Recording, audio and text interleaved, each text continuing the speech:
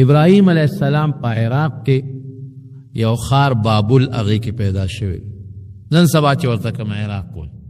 دا ایران او عراق تقریبا یو حکومت. د دې علاقې چې کوم بادشاه و د هغه نمرود نومو، او د قوم او د بادشاه به ټولو د بتانو عبادت کو، بت پرست قوم، بلکې د دې سرکاري او حکومتي مذهب هم بت پرستی وه. لکه زمونږ سرکاري مذهب دا اسلام دی، اگر چې زمونږ دا خو په خولې یادوي، خو بیا هم سرکاري مذهب زمونږ اسلام دی. دغه رنګې د نمرود او د هغه د بادشاه د خلکو سرکاري او حکومتي چې کم نظام او کم د هغې خپل یو دینو نه هغه بت پرستی وه، بلکې نمرود د خدای دعوه کړې وه. هغه به وایي زه خدای یم، لکه څنګه چې فرعون د خدای دعوه کړې وه دارنګې نمرود هم کړې وه. خلکو به ورته سجدې لګولې او عبادت به یې وله کو، او دې نمرود واړه واړه بوتان په خپل شکل جوړ کړي، هغې قومونو له ورکړي، هر یو قوم د هغې نه ډیزاین به جوړه او خپل کور کې به یې ساته او هغې ته به یې سجدې لګوله. ابراهیم علیہ السلام متعلق قرآن حکیم کې الله فرمائی وَلَقَدْ آتَيْنَا إِبْرَاهِيمَ رُشْدَهُ مِنْ قَبْلُ، وی مونږ د ډېر مخکې نه دې لا ماشوم او راکوټ و چې دې له مونږ په لکه هدایت اچولو، حق او باطل یې پیژنده، هدایت دی ته مونږ وایو هدایت هدایت هدایت څه ته وایي؟ هدایت دې ته وایي چې په انسان کې یو صفت پیدا شي او د هغې په سبب د حق او باطل پیژن. نو دله مونږ د ماشوموالي نه دا سوچ او فکر ورکړو، حق یم پیژنده او باطل یم پیژنده. او الله فرمای که څوک یو سوال دلته وکړي چې دا ولې ابراهیم علیه السلام له خدای دا شی ورکو، ای وکنا به عالمین، الله وی د ابراهیم علیه السلام وجود مونږ ته معلوم و چې دا پاک وجود دی، دله دا شی ورکول پکار. دی لا ماشوم و ابراهیم علیه السلام چې لږ غوندم دی پوه شو په خبر بالغ لا نه دی، نو مور سره ناستو، د مور نه ړومبې تپوس وکړ، وی من ربک، مور ستا خدای څوک دی، رب دی څوک؟ مور ورته وی ربي ابوک، وی زما رب ستا پلار دی، لکه ماله چې رزق راکوي او روزي راکوي خو ستا پلار یې راښی. ابراهیم علیه السلام هوښیارتوب ته وګوره، وی من رب ابي، وی زما د پلار رب څوک دی؟ مور ورته وی ستا د پلار رب نمرود دی. وی ښه مورې د نمرود رب څوک دی؟ مور ته څپېړه وویسته، وی چپ، هو ربنا الاعلی، دی خو زمونږ لوی خدای دی، د هغه متعلق ور چې کشو نه کړي. ابراهیم علیه السلام وی نه دا خبره دی غلطه ده، وی ربنا الله لا اله الا هو، وی رب زمونږ الله دی، هغه خدای چې د عبادت نه لایق، هغه سره بل څوک شریک نشته. هو ربنا ورب کل شیء، وی دی زمونږ هم پروردگار دی او د هر څیز هم پروردگار، دا ټول کائنات او دا ټول مخلوق هغه پیدا کړي. بس ابراهیم علیه السلام به د بوتانو نفرت کو، او یو ځای دعوت چلوه، بل ځای دعوت چلوه، خلکو ته به وی چې ګورې رب زمونږ الله دی، زمونږ پالونکی، زمونږ پروردگار، زمونږ خالق، زمونږ مالک، زمونږ جوړونکی، زمونږ وجونکی، مونږ له هدایت راکونکی دا الله پاک دی، دله په دې کارونو کې بل هېڅوک شریک نشته. لارې د بادشاه خاص سړی و. قرآن حکیم کې د پلار نوم آزر ذکر کړی دی، اذ قال ابراهیم لابیه آزرا، او د تاریخ په کتابونو کې تاریخ راځي، علماء لیکي چې خپل نوم یې تاریخ و، تی الف ریخې، او آزر لقب و، لکه یو سړي خپل نوم یې او لقب یې وي. دا د بادشاه خاص سړی و، د هغه د وجې نه به ده ته چا غږ نه کو ابراهیم علیه السلام، و هر چاته به نصیحت کو. یو ځل به قوم یې تپوس وکړو، ستوری ښکارېده د شپې، وی دا ستوری څوک دی؟ وی دا هم ستاسو رب دی. هغې به ستورو کې چا به د ستورو عبادت کو، چا به د نور کو، چا به د سپومۍ کو. هغې وی او بلکل دا زمونږ رب دی. ناستو قوم ته نصیحت کو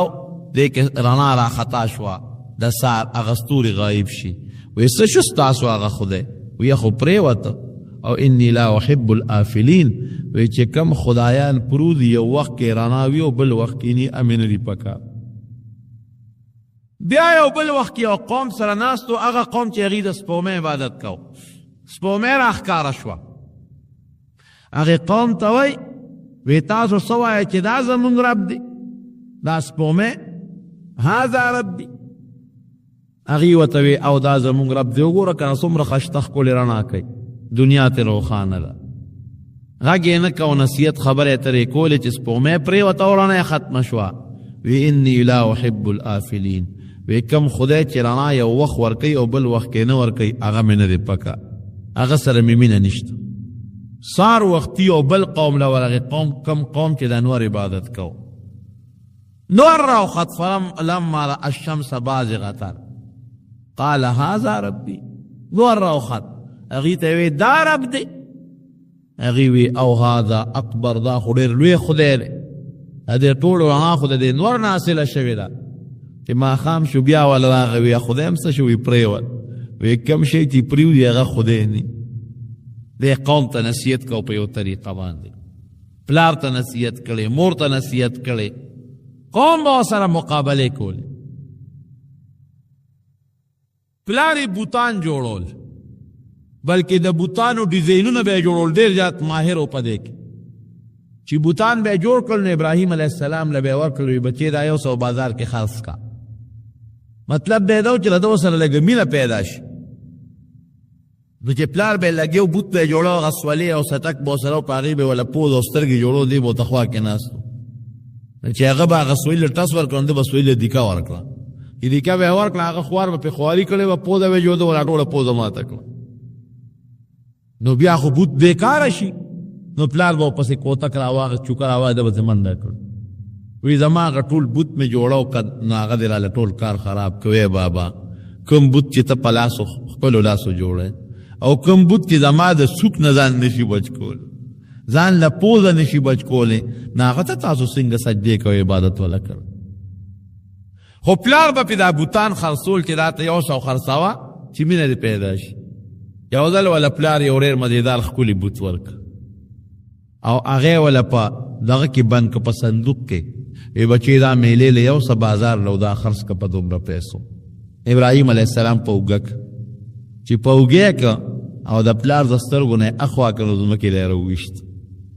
او خپک یې وله پړې واچو او پړې د لاس کې نیولې او دې ته مخکې او بوتې ځان پسې راښکه او اواز به یې کو من یشتریني من لا ينفعه ویضره وی هغه شی به مانه څوک والي چې فایده چاته نه رسوي او ضرر رسوي فایده پکې نشته ضرر پکې دا دی که ته اعزاز کې او سجدې ورته کوې نو خدای به درنه تپوس کوي خلکو به زر هغه بوت راواغش ای ابراهیم دا دې څه چلو که زمونږ خدای په ځمکه راکړه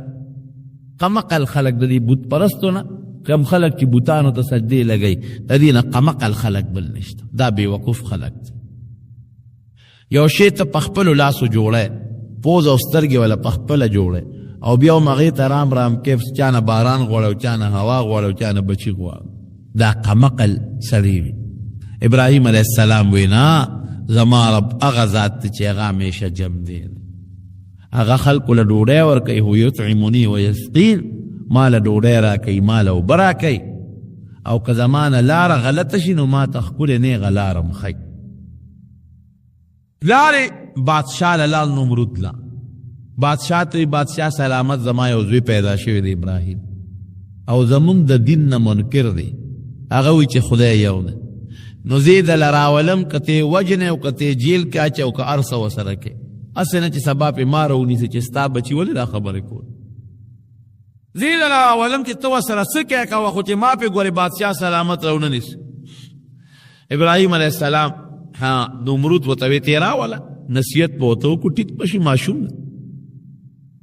ابراهیم علیه السلام یې وله بوته چې یې بوته بادشاه ورته نصیحت شروع کړ چې ګوره زه ستا خدای یم او زه ستا رب یم ما ومنه په ما ایمان راوړه ابراهیم علیه السلام ورته وی ښه ته زما رب یې وی او وی ستا نه مخکې رب څوک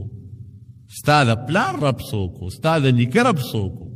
تا له ډوډۍ څوک درکوي ته چې ناجوړه شي چا ته چغې وې ته چې بیمار شي چا نه حاجت غواړې تا ته چې تکلیف جیر بس هغه پې ابراهیم علیه السلام چې خبرې راوسپړ د ټول بادشاه وزیرانو سره ناستو دې ملامته شو خوا هغه وی چیر دا خو رښتیا اوس که دا ټول خلک به هم په دې پوه شي ابراهیم علیه السلام پلار ته داسې کار وکړئ دا ماشوم کور ته بوځه او که اوس دې زوامه یا جیل کې اچوم او یا سزا ورکوم یا وجنم نو خلک بو چې ماشوم یې مړ کړ زه کور یې ساته او نصیحت ورته کوه که ټیک شو ښه پخه او که ټیک نه شو بیا به ورسره کوه راوس کور ته لیکن ابراهیم علیه السلام د خپل خبرې نه اورېدو خلک به هم ورپسې راتلل راځه زموږ نن میله ده زموږ نن د خپلو خدایانو عبادت کوو یو ځل یې د خولې نه دا ټکې ختل وي ستاسو د خدایانو سره به زه ګورم ښه ګورو به ورسره د قوم به په کال کې یو ځل میله وه ابراهیم علیه السلام ته قوم راغوي راځه موږ سره میلې له لاړ شو او د عمر نه هم ډېر کم ابراهیم علیه السلام ورته وی چې زه جوړ نه یم بیمار یم د ظاهري بیماري نه یادول سړي په دماغو چې بوجي دا د دې نه هغه ته بیماري بله نشته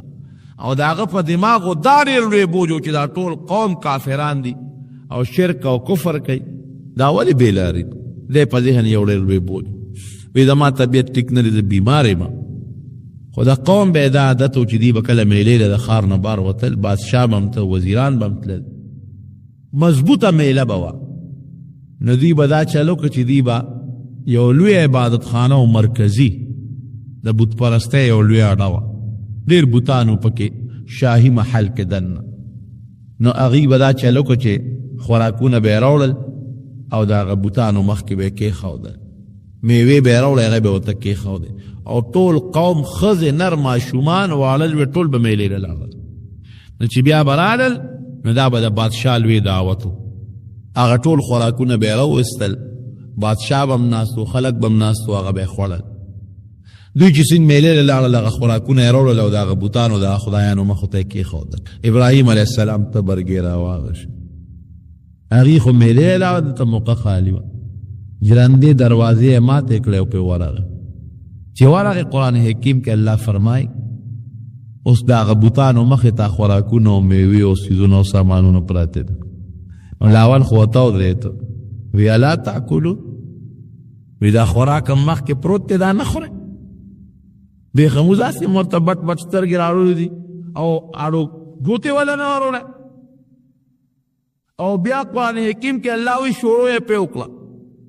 د چا نه سر په تبر وهه او د چا نه لاس وهه او توپ په دې منځ وهه ټول یې ټکوسه ترې کړه ټوټې ټوټې یې کړه خو هوښیار و قرآن حکیم کې الله وی موږ په ماشوموالي کې پویه ورکړې وه نه هغه تبرګي یې راواخېست او چې کوم پکې غټ بوت و مشر د هغه اوږې ته یې ویزان کړ او راووت دی دی خو لاړ ښه په ارام کور کېناست او چې دی خو قوم د میلې نه راغی او په خوراکونو ورغې چې ویې کتل نو په ټولو غرو مرو او په پلیټونو کې ورته د خپلو خدایانو د بوتانو هډوکي پرتې دکرې ورته پرتې فوراً یې بادشاه له رپورټ ورکړه چې صاحب زمونږ خدایان خو ټول چا بېغمه کړي خدایان هله ټول چا ټپوسه ترې کړي دي ټوټې ټوټې پراته دي بادشاه غوسه کې راغی ښه دې کې خو د بادشاه تصویرونه وو د هغه ډانچې په خپله مې ده نوملو من فعل هذا بآلهتنا دا چا کړ قالوا سمعنا فتى يذكرهم يقال له ابراهيم یاره یو الک دې زمونږ دا خدایان په بدو یادوي هر خور پسې بدې ردې وایي ابراهیم یې نوم دې ممکن ده چې دا همغه کړی نمرود ویره یې والی معلومات ته کو ابراهیم علیه السلام یې راوست کې راوست انت فعلت هذا بآلهتنا یا ابراهیم ابراهیم زما خدایانو سره دا لوبې تا کړي دي دا تا کړي دي اوس ابراهیم علیه السلام که ورته وي چې او کړي مې دي خو جګړه جوړوي کوئی نه مې دي کړی دروغو کې راځي ډېر مزیدار او خسته جواب ورکړي د هغې د چپ کولو لپاره ورته بل فعل کبیرهم هذا فاسألوهم ان كانوا ينفقون خدایم بې خو باسه ټوپک چې چا سړي مرګ هغه کوي ما سره ته تش تور یم ته برګې چې د کوم بوت په غاړه کې ویزان دی دا ده کړي دي دا چې ته دا پلار یې غوسه شوی دی او دا بچي ټول دا ګیر کړي دي ووایي تاسو خو نه وی بابا غوسه شوی او ته به یې ګوره په اوږه کې ویزان دی چا سره چې وستی نو کار خو هغه کوي لوبه ده کړې ده وسله تبرګي ده په اوږه ویزان دی هغې یو بل ته وکتل چې خدایه دله اوس څه جواب ورکړو یو ته ګوري بل ته ګوري ابراهیم علیه السلام ته فاسألوهم ان کانوا ینطقون تپوس دې وکړئ که نه دا خو ستاسو خدایان دي تاسو کارونه پوره کوي نو معلومات دې وکړئ چې چا والی یې هغې ورته ویل دی خو خبرې نشي کولی وی خدای تبا کنو چې ځان د بل د غزار نه نشي بچ کولی خبرې نشي کولی غزار نشي کولولی نو تاسو له به خیر د کمې درکي بس بادشاه حکم وکړي د جیل کې واچوي دی موږ نه پرېږدو ابراهیم علیه السلام ورته ما سره خو اول مناظره مقابله وکړه بیا چې څه خوښې کوو ویې څه وی ستا څه سوچ وی دا ستا خدای بل خدای شته وی یا زما بل خدای یا څه کار کوي وی هغه وجل کوي الذي يحيي ويميت څوک وجني څوک مړه کول کوي نمرود ورته وی که دا کار ما وکړه بیا وی ته نشې کولی دا کوي زه هم کولی شم یو سړی یې راونیوه او مړ یې وی دا خو ګوره جمدی دی که نه او دا یې ما مړ او یو بل سړی جیل کې د 500 کم پې ختلی و هغه یې راواغېسته وی ځه ته مې بلې کړه پرې مې ښوده وی دا مړو ما پرېښود ژوند مې وله ورک نه هم قبقلو ځکه خدای پاک چې کوم مړ جمدی کوي نو هغه دا نه دی خو جمدی دې پرېښود د جیل نه بهر نو مړی دې کوم دی جمدی کوي او چې ستا ودي نو خدای پاک یې واپس تا واچوي خو خیر ابراهیم علیه السلام ورسره نور بحث ونه ته دی ورته وی ښه زما رب یو بل کار ګوري چې تا هغه کولی شي وی څه کوي وی زما رب چې دی د مشرق نه نور راخیجوي او په مغرب یې غورځوي ځکه نه که ته خدای نو تېره دې طرف نه راوخیجوه په دې بل طرف یې غورځوه فبهت الذي كفر والله لا يهدي القوم الكافرين الله قرآن حکیم کی فرمائی بس دقه دې چپ شو دا کافر غلی شو ځکه دا جواب پوته راونه دا خو یې ویلی نه شو چې ودرېږه د انور زه راخیجومه دې بل طرف نه یې راخیجومه پس غلی پاتې شو بادشاه پوه شو که دا ابراهیم علیه السلام اوس دله زه سزا ورنکم او دې پرېږدم خو دا ټول خلک کیدي چې زما د خدای نه څه انکار د نورو خلکو عقیدې راته بل شان نشي نو اعلان یې وکړه وی دې به سوده و جیل کې واچوی او داسې سزا به دله ورکوم چې په مخ د ځمکه داسې سزا هېڅ چاته هم نه میلاو شوی د ښار نه بار یې اور بل که او اعلان یې وکړ بادشاه مکیارو وی دا زه د دې ابراهیم نه د هغه خپلو خدایانو انتقام اخلم نو د چا چې په دې بوتانو باندې ایمان دی په دې خدایانو هغې دې لاړ شي او ګیډي خشاکونه دې راوړي او دې غورځوي چې ابراهیم علیه السلام توسلو خلک به تلل او د برکت دپاره چې د خپلو خدایانو بدل اخلو ګیډي ګیډي خشاکونه به یې راوړل یو لوی میدان کې دومره خشاک جمع که چې په ګزونو نه چې ډېر لوی میدان یې د خشاک نه ډک کړ او یو ورځ یې مقرر په هغې کې ابراهیم علیه السلام راوویسته اور یې ورته ورته هغې چې کومې غرغندې وکړې دوی له چل نه ورته چې اوس ابراهیم علیه السلام پکې په کومه طریقه ورغورځو ولې هغې ته څوک نږدې کېدی نه شو ابراهیم علیه السلام خدا دې په خپله نه ورته دی به ورغورځو څنګه به پکې دی ورغورځو د ډېر لوی اور دی او د هغې غرغندې داسې اسمان دی نیمې ته ډېر اوچت اوچتو پورې تلې شیطان د انسان په شکل ولا راغلی شي هغه ورته چل وښو یو ټال جوړ کړي او په هغه ټال د ابراهیم علیه السلام کېنوي او هغه ټال له جوټه ورکړي نو چې دا ټال اوچت شي نو دا پړی پرې کوي نو دې به سره د ټال نه د هغه جهنم د اور د منځ ته ورغورځي ټال یې وله جوړ کړو د لویو لرګو ابراهیم علیه السلام یې پې کېنه او دې وخت کې د ابراهیم علیه السلام عمر ګورې 14 کاله دی دې نه اندازه ولګوئ چې څومره د لږ عمر او چې د خپل قوم سره مقابله شروع کړي ماشوم بچی دی که د 14 کالو په عمر کې خو بادشاه اور ته غورځوي نو چې د څومره وخت نه به د نصیحت شروع کړي او دعوت به شروع کړي د خدای د یووالي او د کفر او د شرک مقابله ځکه الله قرآن حکیم کې فرمایي لقد آتینا ابراهیم رشده من قبل وی موږ ورته مخکې نه په ماشوموالي کې هدایت ورکړو دې پټال کې نه او کله ټال اوچته او ټال نه اوچتېد هغې ټال راکاږي او ټال نه اوچتېږي ابلیس وله راغی هم حقه په هغه شکل لکه تا خو موږ ته ټال چلو خو دا ټال نه اوچتېږي زور خلک ورکوي یا فرشتو کلک نیولی چې ونه خود ابلیس خو پوهېده هغه یې داسې کار وکړی چې سرتورې ښځې راولئ چې سرونه ښکارئ او هغې دلته ودروي چې هغې ګډا شروع کړي نو دې به پخپله دا تال به بیا چې دیکه ورکړی روان به شي ښځې یې راوستی چې جینکۍ راوستی او د هغې سرونه یې سرتور کړل نو چې ټال له ګوتې یو ټال روان شو دا ولې رونو دا د دین مسله ده چې کوم ځای کې پیغلې جینکۍ وي سرتور هلته د رحمت فرشتې نه ټینګېږي د رحم فرشتې قطعا هلته نه راځي د خدای فرشتې لاړې شي کوم ځای چې تصویري کوم ځای کې چې ګډا کېږي کوم ځای کې چې د ښځې سر توري هلته د رحم فرشتې ګورې بلکل د ښځې دپاره سر تور کول دا ډېره لویه ګناه ده د ګناه نه ګورې ځان ساتئ زنانه په خپلې پوهې کې چې سر هر وخت د زنانو پټي بلکل چې سر توي باید زنانه چې کور کې نارینه وي نو سر لا بیا هم پټی او چې نارینه نی نو بیا سر توري زړی وي سړي خو هسې نشته نو ټیک د خپل عقل خو دې خوچلو چې سړی نشته سر به مې سر توري سړی خو نشته لیکن د رحمت فرشتې خو تختې کړ نو که کور کې سړي وي که نه یو خو د ضرورت په وخت کې سر ښکاره کولی هغه د ضرورت بعضې وخت کې لکه زنانه مثلا غسل کوي یا بل څه وجې جامې دغه بدلی را بدلی جدا خبره لیکن هسې به زنانه په کور کې سرتور سر بلکل نه ګرځي که نارینه په کور کې وي او که نارینه ني تالی چې څنګه اوچت که او دې وخت کې چې دې تال اوچت که او اور کې پرېوځي نو فرشتو خدای ته چغې جوړې کړ یا الله په مخ د ځمکه د اسمان لاندې او ځمکې د پاسه صرف یو ابراهیم دی چې ستا نوم په سچ اخلي تا د توحید او د یووالي قایل دی نو ټوله دنیا کافران او مشرکان نو خدای که دا یو ابراهیم دا ماشوم دیم اورته وغورځېږي تر قیامته پورې بیا ستا د نوم اخیستو والا ګورې خدای څوک پاتې نو فرشتې هلته خدای ته په چغو شو الله وی ما ته څه وایه وی خدای امداد یې وکړه وی تاسو یې کولی شئ وی او خدایه وی د تاسو ته اجازت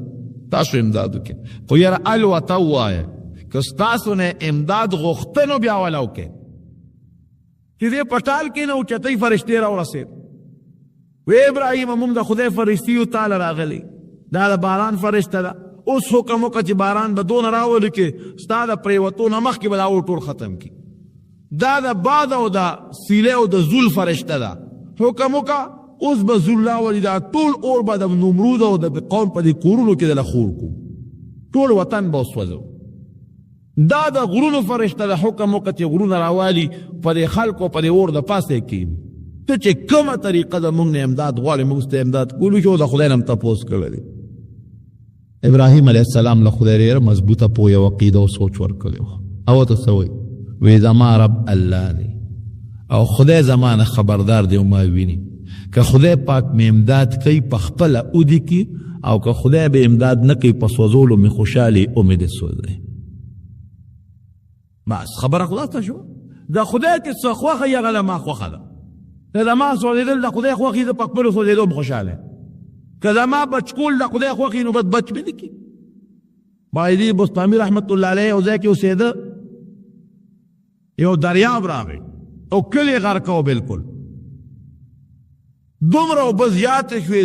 شوې چې په کلي راختې او یو لوی بند و که هغه بند یې بس شلولې وي نو ټول کلی غرق کېده بایدي بستامي رحمت الله علیه خلک رالو وی صاحب دا کلی غرق کېږي وی لکه سم شی وی بس توک اوس کلی غرق کېږي بند یو ټول کلی غرق کېږي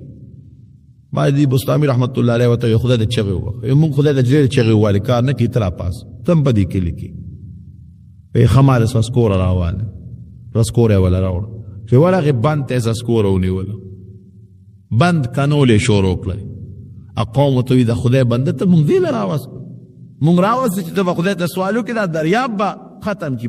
دا سیلاب به ختم شي نو ته خو هغه شته باندې راله نه رهې ته دا دې نو خو سیلاب یا ګنټه پس راته نیوه ګنټه پس به راشي غرقې هم ښه پوره وی ګوره ما خو درته وایي چې ما مه پازده چې سکسسکوره ورته روان شو چې سم پوښی کوي وی نه د خدای دپاره سوال وي ما خپل کار ته پرېږدی کلي به خدای نه غر کوي وی دا ته چې را بند نه وی ګوره ما خدای ته دا سوال وکړ چې یا الله ستا څه خوښی زما همغه خوښ تا په رضا زما رضا ده که ته دا کلي غر کې او ستا دا خوښی نو خدای زه ستا د خوښې په لار کې رکاوټ نه جوړېږم زه یې غر کوم کته عقل غر کې پیګ تپس غر کې ورې خدای پاک دې بندر توام چې زر غر کې ستا رضا مې خدای رضا نو چې دقه ته کې او بند دو درې ساس کول را ورزول نو خدای پاک ته د مسلمان غ یقین ګوري هغه به خدای په بل طرف پاړو لري کړي چې بچو دقه رنګ ابراهیم علیه السلام وای افرشتو ته وای کدا خدای دا راځي چې ما دې وسودي نو زه په خپل وسودېدلو سر کې خوشاله او کدا خدای دا راځانه او د خدای نیخ وخه ما به خدای پاک بچ کی فرشتي ته دا هلال بستالو چس او نیر ابراهیم علیه السلام د اور میاس کې پریوت او جامع ته استلوي چې کله ور غورځاو ابراهیم علیه السلام بداشت کې په یو سیدی جلل پجاواشو چې کم وخت کې غورځاو فرشتي وته موږ نه امداد نه غواړو او جاړي وی په دې نه جاړو چې دا به اور ته غورځيږي دا خدای د دین لپاره او خدای د یووالي لپاره کزه اور ته غورځيږم او دې غورځيږم جالم په دې چې زما بیزتی دي ظالمانو کو جامعانه لري په دې خپل بیزته خپه چې کله دې اور ته ورغورځاو قرآن حکیم کې الله وي خدای پاک اور ته حکم وقلنا یا نار کونی بردا وسلاما علی ابراهیم اے اورا په ابراهیم علیه السلام باندې یخشه برد لیکن دومره یخم نه چې لکه د اورې غوندې یخ شي بیا به ابراهیم علیه السلام ته ضرر ده وسلاما سلام معتدل ته یخ او سلاما اعتدال والا معتدل چې ډېر یخم نه او ډېر ګرم یې پکې ور پرېوته او اوس د اور خدا اختیار خو الله سره چې خدای پاک ورته وي فضول کوه کوي چې خدای پاک ورته وي فضول مکو نه وکړه جهنم کې او فرشتې ګرځي جهنم کې او مارانی د مانان بي غیبه نه سوځي بوټي بي پکې غیبه نه سوځي او کافران بس سوځي مسلمانان به جهنم ته کوزيږي دې لپاره به کوزيږي چې کوم خپل یاران دوستان دي پکې هغه پکې راګول او راځي به پکې د مټه به نيسو جنت ته سره بولي مسلمان به جنت ته راځي پکې بغیر غیبه نه سوځي دا اور سوځول خدای پاک په اختیار کې اور ته ورځو حضرت جبريل عليه السلام ولا فورا یو کمیس راوړل د جنت د ریخمو کمیس او هغه ورته فورا اوس پړدو او ابراهیم علیه السلام ته پغاړه سالوی خروز ابراهیم علیه السلام په اور کې او ردی خدا خیالو سالوی خروز ختم شي نو دی به ایره به پته به ابنی لګیدلې تالوی خروز لیکن رب العالمین ورته پاغه اور کې د خوراک او د تاک تنظیم خدای ولا د اور په میانس کې چینه پیدا کړه د یخو بو دا غینه به وبس کړي او د اور په میانس کې ولا خدای پاک انار یو بوټي درغون ک دا غینه به انار را شکول او به خوړه او بعد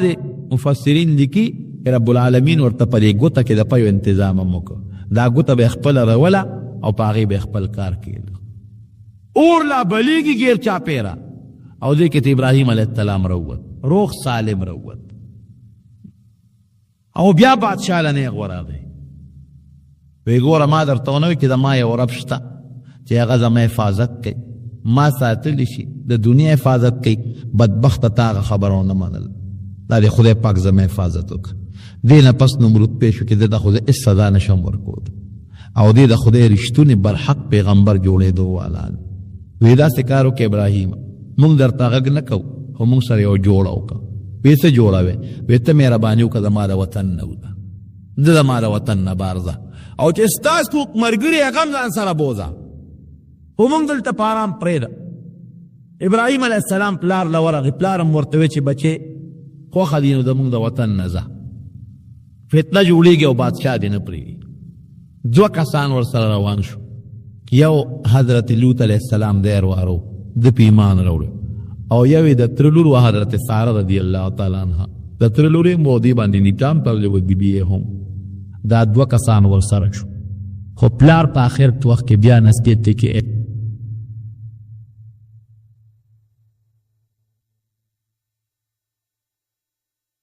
ایزه بتاله د خدای نه بخنه غواړم او خدای په ما ډیر زیات مهربان دی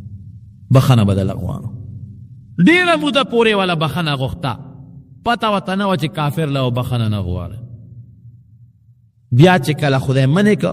وی با دینه پس بل خپل پلار له بخنه نه غواړي قران حکیم کې الله فرمای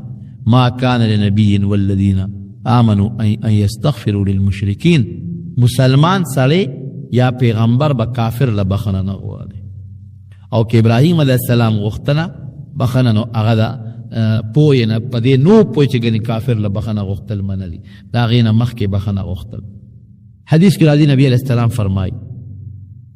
چې کله د قیامت ورځ شي د ابراهیم علیه السلام دا پلار د آزر چې دی د باندې به خدای د جهنم حکم وکړي چې جهنم ته روان کړي. ابراهیم علیه السلام به خدای ته پوښتنه وکړي چې یا الله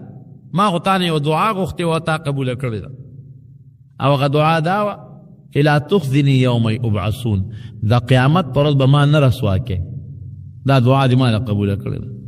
او ای خزي من خزي ابي، نن زما د پلار د رسوایۍ نه لویه رسوایي زما دپاره بله کم ده. زما پلار جهنم ته غورځي، دا زما بېعزتي ده او که نه؟ او خدای تا خو زما دعا قبوله کړې وه چې تا به نه رسوا کوم، دا ما ولې رسوا کې؟ زما پلار چې جهنم ته غورځي. نبی علیہ السلام فرمایي چې خدای پاک به د هغه پلار نه یو بد شکله حیوان جوړ کړي او په سوټو کې به لیت پیتی د حیوان په شکل به بدل شي، سوټو کې او په ګندګۍ کې به لیت پیتی. ابراهیم علیه السلام ته به الله وایي ته دې پلار ته وګوره، پلار دې کم دی چې داسې وګوري. د هغه پلار نه به یو بد شکله حیوان جوړ شوی. ابراهیم علیه السلام به ترې زور وروستو شي، کرکه به ترې وکړي او د ده مخکې به فرشتې د خپو نه ونیسي او جهنم ته به یې ورغورځوي. نفرت پیسې پیدا شي، بیا به د خدای په دربار کې د هغه د بخښنې سوال وکړي. دا مثال دی رونو د هغه چا چې یو سړی دی مسلمان او پلار یې کافر یا مور یې کافره ده یا د چا زوی کافر دی یا ورور کافر دی یا خور، خدای دې مساتي. او د قیامت په ورځ باندې به خدای پاک د ده د هغه کافر پلار او مور رور خور نه نفرت پیدا کړي. دی به د خدای نه دا درخواست نه کوي چې خدای د ما دا پلار وبخي، د ما دا مور وبخي، خدای جهنم نه وباسي. دا به اړه لاړو راځي نه، بعضې وقت ښه خوراکې د خلکو ته نفرتي، ښه شي وي د خلکو د دنیا کې نفرتي. نو که پلار یا مور یا د قوم بل څوک په جهنم کې پراتی، د دې مسلمان جنتي په زړه کې به ته خدای پاک نفرت او کرکه پیدا کړي او سوال به هم نه کوي که خدایه ته وبخي. بار صورت ابراهیم علیه السلام سره د هغه خپلې ښځې حضرت سارې رضی الله عنها او د تره د زوی د لوط علیه السلام سره د عراق نه روان شو او کم خوا تلل؟ نیغ روان شو شام ته، کم ځای کې چې فلسطین دی او بیت المقدس دغه علاقې ته روان شو. په لاره ځان له څه تجارت او څه کاروبار هم روان کو، ګډه چیلې والا خدای پاک ورکړه دی او د هغې حفاظت یې که ورو ورو په لاره روان دی، یو ځای خیمه ښخه کړي بیا ځي، بل ځای خیمه ښخه کړي بیا ځي، بل ځای خیمه ښخه کړي. خدای پاک والا ګډو چیلې ګڼی کړو. په لاره ځي مصر ته راغلل. مصر کې یو بادشاه او ظالم بادشاه، هغه د زنانه او د دې ښځو شوقي و، ګنده سړی و، فطرتاً پلید. هغې بادشاه چې په لاره به څوک تل او چا سره به خور وه یا ښځه به وه یا لور به وه، هغه به یې ترې واغېشته. نو که د چا کمې ښځې خاوند به و نو خاوند به یې وله وجه، او که خاوند به نو بس ورور یا پلار به و نو اجینۍ به یې ترې واغېشت او جزې تاسو په مخه ښه. ابراهیم علیه السلام ته لار کې چې و چې تا خو لاره ډېره سخته غلطه رانیولې ده. ویل مخکې یو ظالم بادشاه دی او هغه بادشاه د خلکو نه ښځه اخلي، لور اخلي. نو که دا ورته پته ولګي چې دا ستا ښځه ده نو تا به هم مړ کړي او دا به هم دنه والي. نو یې بیا نو یې بس په یو څیز بچ کېدی شي او هغه دا دی چې ته دا ووایه چې دا زما خور ده، نو دا خو به دنه والي، دا خو درته پرېږدي نه، خو ته به د مرګ نه بچ شي. دی په دې سوچ کې چې دی کې د بادشاه پولیس پرې راغلل. ابراهیم علیه السلام د خپلې ښځې حضرت سارې رضی الله عنها ته وایي داسې کار دی ګیر خو شو، خو د خدای نه زه امداد غواړم، کوم خدای چې په اور کې زه بچ کړم هغه خدای به دلته کې ما د بېعزتۍ نه بچ کوي. خو ته یو مهرباني وکړه، که بادشاه درنه تپوس وکړه چې دا ابراهیم ستا څه دی، نو ته ورته دا مه وایه چې دا ما خاوند، ته ورته ووایه چې دا مې ورور دی. او ګوره دلیل هم ورته ول، وی مونږ ټول د آدم علیه السلام اولاد یو او مسلمانان یو. نو مسلمانان خپل منځ کې سره رونه خیط دي که دا رښتونې که یو سړی خپلې ښځې ته ووایي چې دا زما دیني خور ده مسلمانه، یا ښځه وایي چې دا زما مسلمان رور دی خپل خاوند ته وایي، دې کې هېڅ هم نشته، ګناه الفاظ نه دی. مونږ ټول رونه یو، دا رونه خویندې دي ټول مسلمانان، نسبي نه دي، خپل سکر او خور چې ورته وي هغه نه دي، لیکن ټول د آدم علیه السلام اولاد دي. هغې ویې ډېره ښه دی بادشاه له بوتله، بادشاه یې تپوس وکړو چې چا سره را روان دی؟ وی زما یو ورور دی هغه سره. نو ابراهیم علیه السلام خو په دغه ټکي د مرګ نه بچ شو بادشاہ ورته نیت خراب کړ چې نیت یې ورته خراب کړ خدای پاک یې لاسونه اوچ کلس کړل بلکې یو روایت کې راځي چې خدای پاک ابراهیم علیه السلام ته دا منظر مخامخ ښه هم چې د پړک کې مې څه شک را نه شي بادشاہ دې ښځې ته وایي چې ته څوک یې ما خو چې تا ته غلطه اراده وکړه خدای مې لاسونه اوچ کړل ته څوک یې وی ګوره ته ما ته نشي رانږدې کېدلی ولې وی زما چې تا ته وایي چې مې رور دی مې رور نه دی هغه د خدای یو لوی پیغمبر دی او قصه یې ورته وکړه چې دومره د جلیل القدر پیغمبر دی هېڅ قسمه ما ته ته را رسېدی به نشي د هغې عقیده مضبوطه شوه وی ښه نو د خدای نه سوال وکړه چې ما خدای جوړ کړي نو پرېږدم دی د خدای نه سوال وکړي خدای جوړی کړي چې جوړ شو حضرت ساره رضی الله عنها خوبصورته وه د زړه کې بیا ورته نارواونیت راغی بیا قصد وکړه بیا خدای په لاسونو اوچ کړه 3 ځله دا کار وشو اخره کې بادشاه ابراهیم علیه السلام راوغوښته پوه شو چې دا ښځه خو د یو لوی پیغمبر د پیغمبر بیبي ده او خاوند یې لوی سړی د ابراهیم علیه السلام یې ډېره لویه مېلمستیا وکړه او معافي ترې وغوښتله او ډېر لوی اعزاز او اکرام یې ورکوي ما سره دلته پاتې شه او یو روایت کې راوي چې دغه بادشاه په ابراهیم علیه السلام ایمان هم راوړو ستا په لاس زه بیعت کوم او زه ایمان هم راوړم زما ټول قوم په ته ایمان راوړي ما سره پاتې شه ابراهیم علیه السلام ویله چې ما ته د خدای له طرف نه حکم شو زه بیت المقدس شام ته روان او بیا دې بادشاه چې خپل نسب تعارف د نسب ورسره وکړو نو دا بادشاه هم د عراق نه راغلی او د ابراهیم علیه السلام چې ته په لرو پوښتنو کې نسبي سړی معلوم شو خانداني سړی وخت نه دغه بادشاه به ابراهیم علیه السلام ځان سره ډېر عمر ایثار کړی په ایمان یې هم راوړی دی قوم یې ایمان راوړی دی او بیا یې ورته خپله لور حضرت هاجره رضی الله عنها په نکاح کړه وی دا به ستا خدمت کوي زما لور ده اخدمها هاجر او وی دا چې ته کوم خوا دي دا به در سره دی ابراهیم علیه السلام ته بله بیبي میلاو شو را روان په لاره یو ځای کې ابراهیم علیه السلام د سبودي دپاره دیره شو خو اولاد یې د یوې بیبي ملا نشته چې سمودي دپاره دیره شو هغه قوم پې تنګ شو وی ستا ګړي دي او ستا چیلې او زمونږ فصلونه یې برباد کړل زمونږ د وطن نه وي ابراهیم علیه السلام یې ډېره ښه د هغې د وادي السبع وسول د هغې د علاقې نه ووت چې اوت خدای پاک په هغې خلکو اوبو چکلی اوس ګوره د پیغمبر وجود دا په ځمکه د خدای رحمت دی د مکې مکرمې نه چې نبي علیه السلام مدینې منورې ته هجرت وکړو د مکې مکرمې په خلکو داسې قات راغی چې سپلی به یې په اوبو کې اچولې او یشولې به یې هغه اوبه به یې څکلې د اونو پاڼې او د بوټو پاڼې به یې خوړلې دغه رنګ ابراهیم علیه السلام چې تېوت په دې خلکو باندې قات راغی په کویانو کې او په نیرونو کې اوبه وچې شوې دا د خدای د قهر وجه یې ګورې ښه نن زمونږ په دې وطن چې باران نه کېږي که نه او اوبه نشته دا د خدای قهر دی مونږ د ګناهونو نه خدای ته توبه نه وباسو ګنې زه راته ګرنټي در کوم که صرف دوی مسلمانان چې دا کوم جومات کې تاسو ناست یې که د خپلې ګناه نه نن هم توبه وایستله او د خدای نه هم پسه چې سوال وکړو چې خدای باران وکړه یاره که نن هم ونه شو ته یاد وساته مونږ کو ګناه د خدای پاک دا د خدای پاک لا رحم دی چې باران نه کړي دی هم رحم دی که د دې نه زیات یې در سره وکړه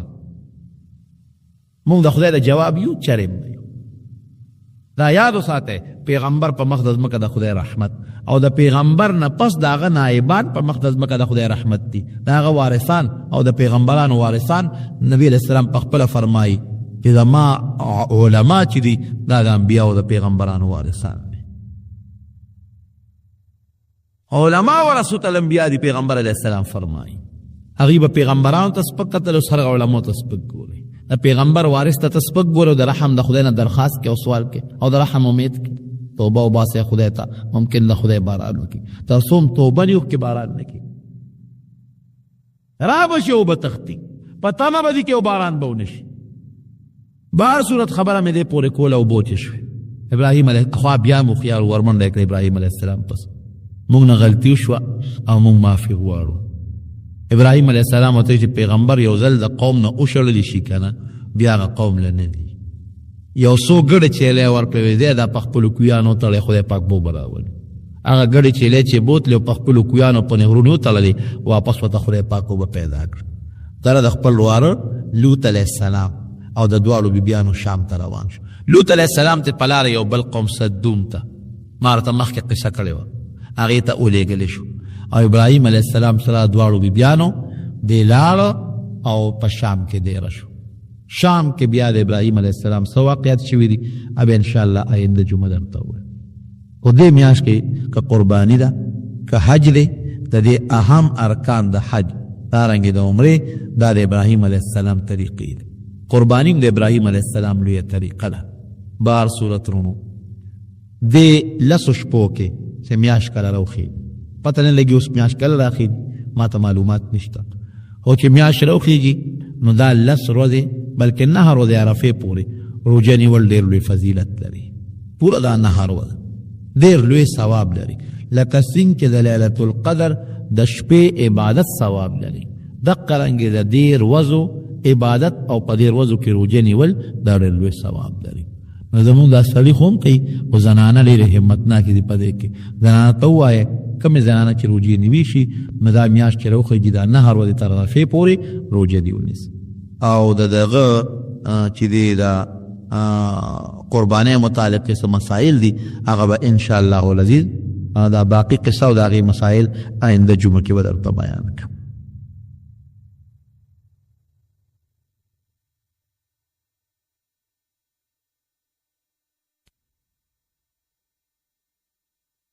او بالکل اعتکاف کله چانه فاتل شي وي او رمضان کې بالکل د هغې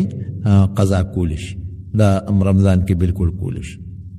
د پیغمبر علیه السلام جنازه وی چا کړې ده د نبی علیه السلام جنازه داسې نه راشوې لکه زمونږ په شان دی ځای کم و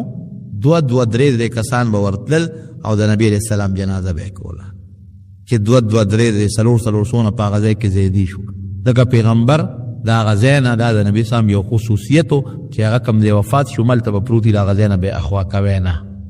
نو په هغه کوټه کې دننه 2-3 4 کسان به ورتل او جنازه به یې کوله او داسې جنازه هم نه لکه زمونږ اسې دعا تکبیرات به وي او دعاګانې به یې غوښتلې دا د نبي علیه السلام جنازه وه. قرآن شریف کې الله فرمایي وما للظالمین من حمیم ولا شفیع یطاع. قیامت پر ورځ د ظالم به هېڅوک داسې نه کي په د زړه وسوځئ او د ملګرتیا وکړي. څوک به دوست نه د قیامت په میدان کې څوک ملګری به نه د قیامت په میدان کې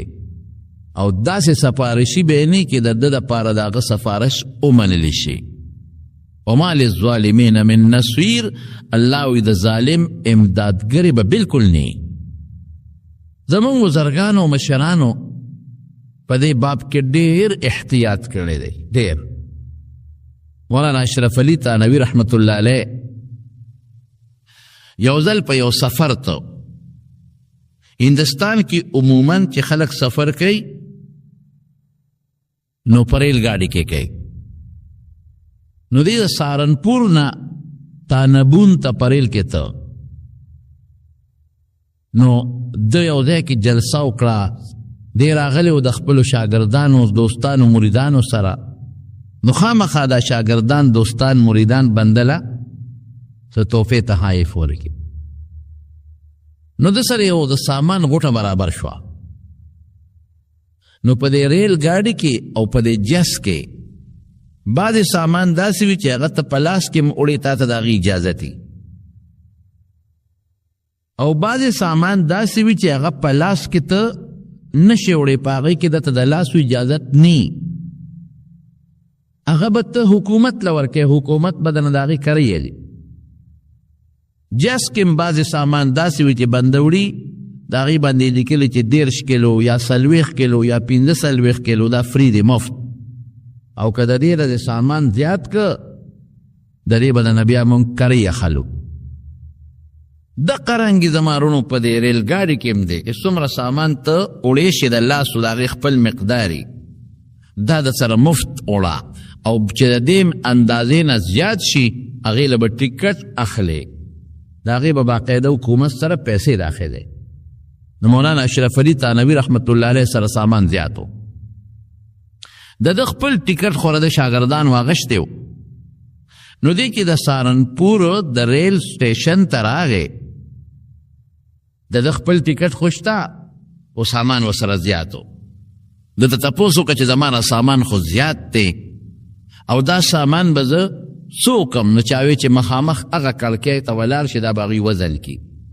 نو چې څومره سامان دی نو دا کیلو په حساب به تا نه پیسې ولي د هغې به دله رسید درکړي د وی ډېره ښه ده شاګردان ورته وی صاحب دا څه کوې د خو تا ټوله دنیا پېژنې ډېر لوی عالم تا ته څوک غږ نه کوي هغه وی نه خامخا د دې سامان ټکټ رالم دا ګناه ده چې دا سامان زما زیات دی د خپلې اندازې نه او زه بې ټکټه دا سامان یوسم دا نه کېږي هغې وی صاحب داسې دی چې ګاډی ریل ګاډي ټیم لږ دی او ګاډی تیار دی ګاډي ته نه ځي یا څه چې کېږي دار دې شي بلکې به لاړ شم چې دی ورغی هغه کړکۍ ته مخامخ ودرېده نو هغې ته لوی لین لګېدلی و غټ لین لګېدلی دی خدای پاکه شاګردان وی چې دا په دې لین کې دې کړکۍ ته رسېږي نو دا خو دومره وخت دی چې دې کې به دې ګاډي تلي دې خو به داسې پاتې شي هغې رایل حضرت ته لږ سوچ وکړه څنګه سوچ وکړم وی چې دا تا نه دومره اویا اتیا کسان مخکې دي او ستا نمبر راځي څونه ګنټې پس به دې راځي ته په دې لږ سوچ وکړه او چې بیا هلته نمبر دې راشي ورشي ټیکټ اخلي په هغې به څونه ټایم لګي لیکن ګاډي به د ګاډي خو دغه 15 منټه ټایم پاتې دی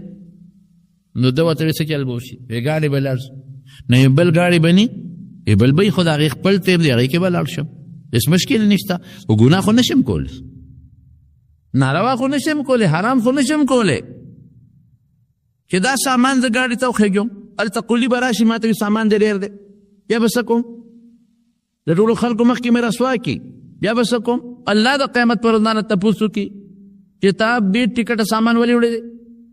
پس شاګردان خو غلي شو لین کې ودرېد چې لین کې ودرېد د دې ریل ګاډي یو افسر ولا راغی هغه وپېژن هغه رامنډه کړې صاحب السلام علیکم څه کوې صاحب وی دې لین کې ولاړ یم او دا سامان ټکټ رالم هغه وی راځه دې سره وړم وی ته ما سره څنګه وړې وی دې ګاډي کې زمزم دې ګاډي کې وی ما نه به هلته دننه قولي تپوس کوي وی پروا نشته دې ګاډي کې زما هم سفر دی زه خو د دې ریل افسر یم زه به لاس کې ونیسم د سره به یوسم وی ته کوم ځای پورې دی وی پلانکي ټیشنه پورې وی هغې ټیشن نه اخوا به څه کېږي وی صاحب ګاډی د نزدیکه نو ټکټ کې رالو وی ټیک شوه ځه تا سره وختم هغه ټیشنه پورې به ته ما سره لاړ شي هغې ټیشن نه مخکې وی هلته به دې بل افسر ته حواله کړم نو دنیا افسران دي پکې دنیا خلک دي پکې هغه ته به دې حواله کړم هغه به کوم ځای پورې ځي هغه پلانکي ټیشنه پورې ځي وی هغې ټیشن نه بیا چې زه طالبون ته ځم هلته به څه کېږي وی زه به هغه ته ویم هغه دې بل ته حواله کړي زه به هغه ته ویم هغه دې بل ته حواله کړي طالبونه پورې به دې ورسوي سامان به در سره وی طالبون ته چې ورسم بیا به څه کېږي یاره وی زه به هغه ته ویم د سره به دلیل نه کوس کړي او د سټیشن نه به هم د سره بار وباسي وی بیا به څه کېږي ارې لږ افسر ورته قار وي بیا به څه کېږي خو په اوږه به یې وکړو کور ته به یوسې که بیا به څه کېږي خو ته چې څه څیز نه یارېږې چې د ریل ګاډي افسر به ما نه تپوس کوي سامان ډېر دی او ټکټ نه دی راویستی هغې نه تا مونږ بچ کوو اوس چې د ریل سټیشن نه دې مباسو نو بیا به څه کېږي بیا خو د نه څوک تپوس نه کوي په اوږه به کښې کور ته به یوسې بیا ما نه ولې تپوس نه کېږي بیا ما سره دا څوک وړي وی مولانا صاحب ستا په مقصد پوه نه شو ته مونږ په خپل مقصد پوه کړه وی زما مقصد دا دی چې د ریل ګاډي نه کوز شمه نو بیا زما د هغې نه پس یو بل سفر به شروع کړي نمبر هغې سفر کې به ما سره څوک ملګري هغې سفر کې چې ما نه پرې چې تا دا سامان د پلانکي ټیشن نه پلانکي پورې وړی دی او د دې کرۍ دې نه ورکړی هلته به مې څوک بچ کوي دلته به مې ته بچ کې ځه ټیشن کې هم ته بچ کې یو ټیشن نه بل ټیشنه پورې هم ته بچ کې د بل ټیشن نه بل ټیشنه پورې هم ته بچ کې د بل نه بله پورې هم ته بچ کې د بیا د ټیشن نه د بار وتو پورې هم ته بچ کې خو چې زما د مرګ نه پس کم سفر شروع شي خیرت او جنت ته هغې سفر کې به مې څوک بچ کوي بس اپوه شو چې واقعي مونږ سره خو د دې معمولي سفر فکر د دې کې هم غلا کوي چې سفر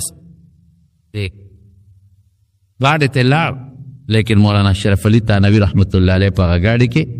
ونه خته هغه سامان د خپل ټکټ راواغېسته او بل ګاډي کې لاړ هېڅ پروا نشته 2 غنټې وروسته به کور ته ورسم 3 غنټې وروسته به کور ته ورسم هېڅ پروا نشته خو چې قیامت په ورځ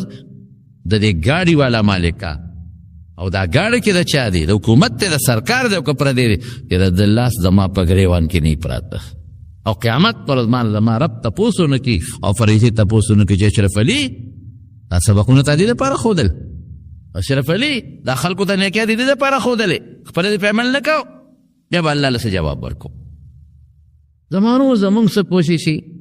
مونږ چې پلان کوچ ته وخېږو نو د قسته سر ښکته تسبیح راغله تمونه تبوسو یې کرۍ راټیک کړ او په سر غلې غوندې څادر واچو غلې غوندې وځو چې دې تر څو خبرېږي چې ما خپې ویستې وي هوټل کې به ډوډۍ خورو هوټل کې او کوشش به کوو چې د هوټل والا سترګې بل خوا شي چې بس دا نو تختو او پردي شادي حال ته به ځو او ارامه ډوډۍ به پکې خورو په دې پېښور ښار کې موږ ته ډېر دوستان دا شکایت کوي یاره مولوي صاحب دې خلکو ته خو لږ غوندې ووایه دا په دې تقریرونو کې ووایه په دې پېښور ښار کې بالخصوص او په دې نورو ښارونو کې بېدرېغه ده پردي د واده ډوډۍ له بې تپوسه دي ښه مدیدار چشمې اچولي داسې ښه ده او ځان یې ښې سرې کړي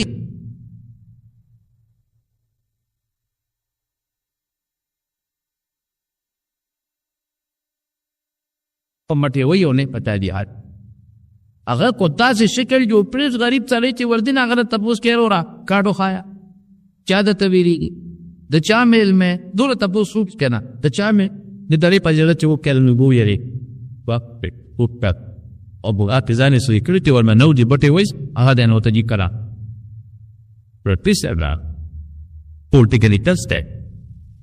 د نه به څوک تپوس دی دی اونګه تار نه تارکه Eti aras tabe la lapta ka ida da pimare ya de pawai اګل بیل دا والی پخلو کې ورواچي اخخ د خشپې خلک ور خوشالي ها خمزیدار چې ما خو په شادي حال کې 15 شپږ قسمه روټۍ خوړله او دې خوړله خو قبر کې به دنه خدای تپوس کوي قیامت کې به دنه خدای تپوس زمونږ د خلکو سوچ دا دی خفه کېږو به نه زمونږ د خلکو نن سوچ دا دی چې موږ پردي جیب وو پردي مال وو پردي ځمکه وو پردي شوتل یوسو پردي پوله وو او دکاندار کوشش کوي چې ګاک وم او ګاک کوشش کوي چې دکاندار مې وو بس په دې کې ټوله دنیا تېره شوه او ناګانه ملک الموت راشي او ټایم دې پوره دی بس خبره خطا غارونو دا سوچ مولانا محمد منیر صاحب رحمت الله علیه د دارالعلوم دیوبند محتمم پاتې شوی ډېر کتاب دلی ډېر ټول دلی یو صفحه اته ور پیسې ور د دارالعلوم دیوبند دپاره وله چا پیسې ور 300 روپۍ 300 روپۍ چا پیسې 3000 روپۍ چا پیسې ورکړې وی دا صاحب د دارالعلوم چنده ده 3000 روپۍ چنده چا ورکړه د مدرسې چنده ده هغه وی ډېره ښه ده چې په لار راته جیب ته غل وو پیسې لاړې غلطه جیب وو پیسې ختمې شوې اوس زما وروڼو مسله د دین سره مسله دا ده چې تا سره امانت پیسې د چا پرتې وي او تا پکې خیانت او ټګي ونه کړه او ستا کوتاهي پکې نه وه او د نروکې شوې نو ته ذموار نه یې ذمواري پتا نشته دکان دی دا څه ورته وایي دا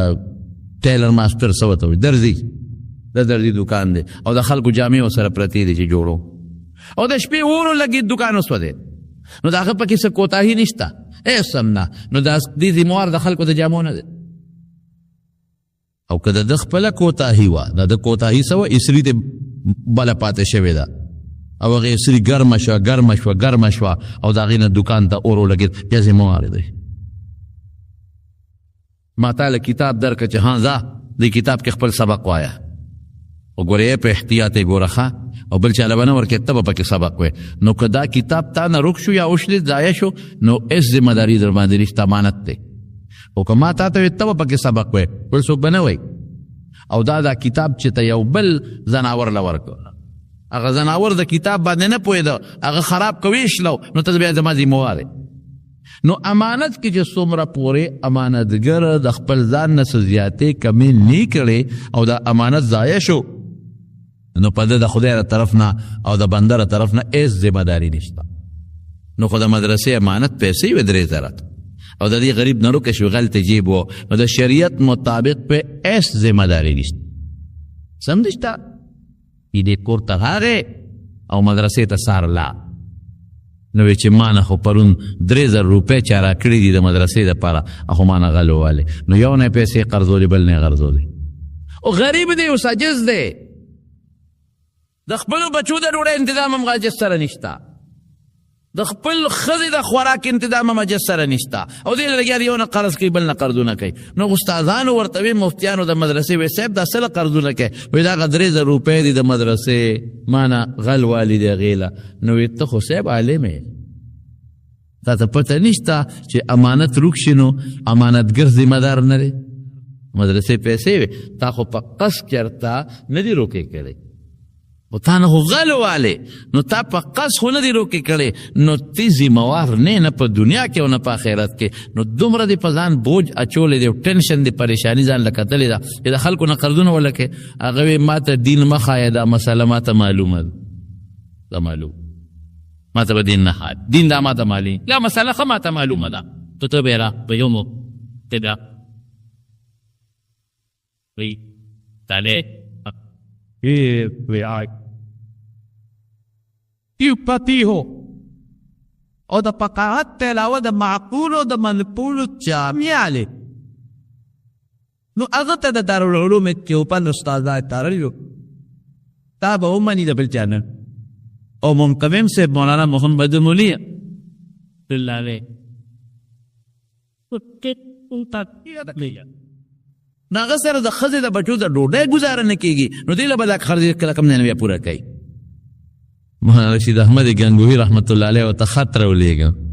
محتمم صاحب ته وی حضرت ما کتابونه د فقه کتلي دي او مې کتل او تا نه دا پیسې غلوالی دي په لاره روکې شوي دي ته امین وې امانتګر وې نو د دې پیسو پتا هېڅ زمانه او تاوان نشته نو دې له مهرباني وکړه قرضونه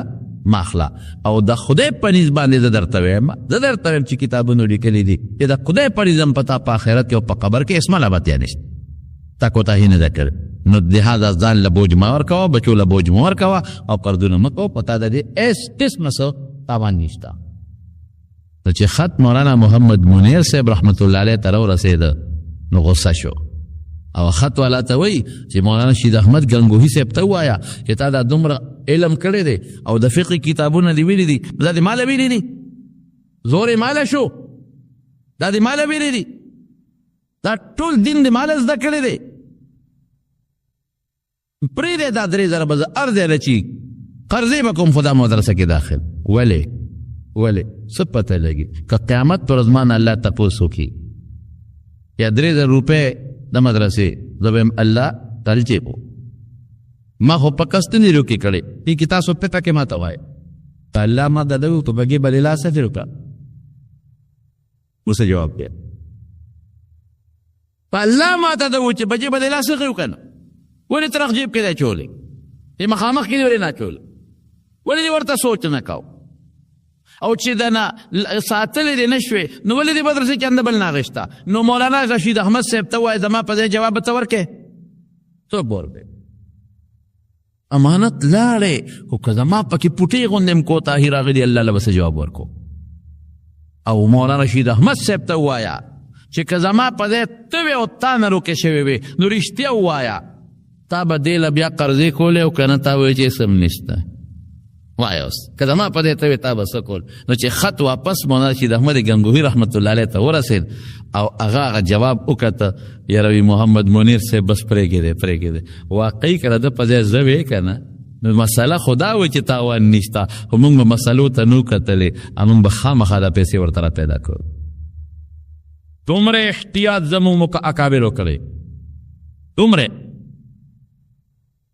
موږ د دیوبند محتسبین لاندې نه ونیسه سره پورې چې څومره دي لاندې نه ونیسه د مولانا قاسم نانوتوي رحمت الله علیه پورې چې څومره دي تاریخ وګوره دیوي به درمه ده او چې کله به خپل اچسه ذاتي دي که د مدرسې پرېکړه کېښود خپل پیل یې راوغی په هغې به یې راجوقت د مدرسې تی به مو د مدرسې تی دی اتی ول نن څه کوي نن موږ نښتي یو په دا پردي مال پس چې څومره پردی مال دی خو چې دی حلق ته څومره پردی مال دی خو چې په یو طریقه ده پیدا کړ څومره چې پردی ځمکه ده خو چې په څه طریقه زه ونیسم څومره چې پردی پیسې دي خو چې دی په څه طریقه ده بل نه ووهم پمپونه پول په دا پمپونه ما ته مخکې ورځو کې یو ملګري مې دلته تېر واچوي دلته ناکې مې ولې وایي دا زر خلاصي پلانکي تېر هغه زر نه تا Den deriau sende beten be. Inji gis ورشته تنجي گیت الکه دا ولی دا ریٹ ولی دا جی که دا سلو پوری نو دا جدا ریٹ تی دا جدا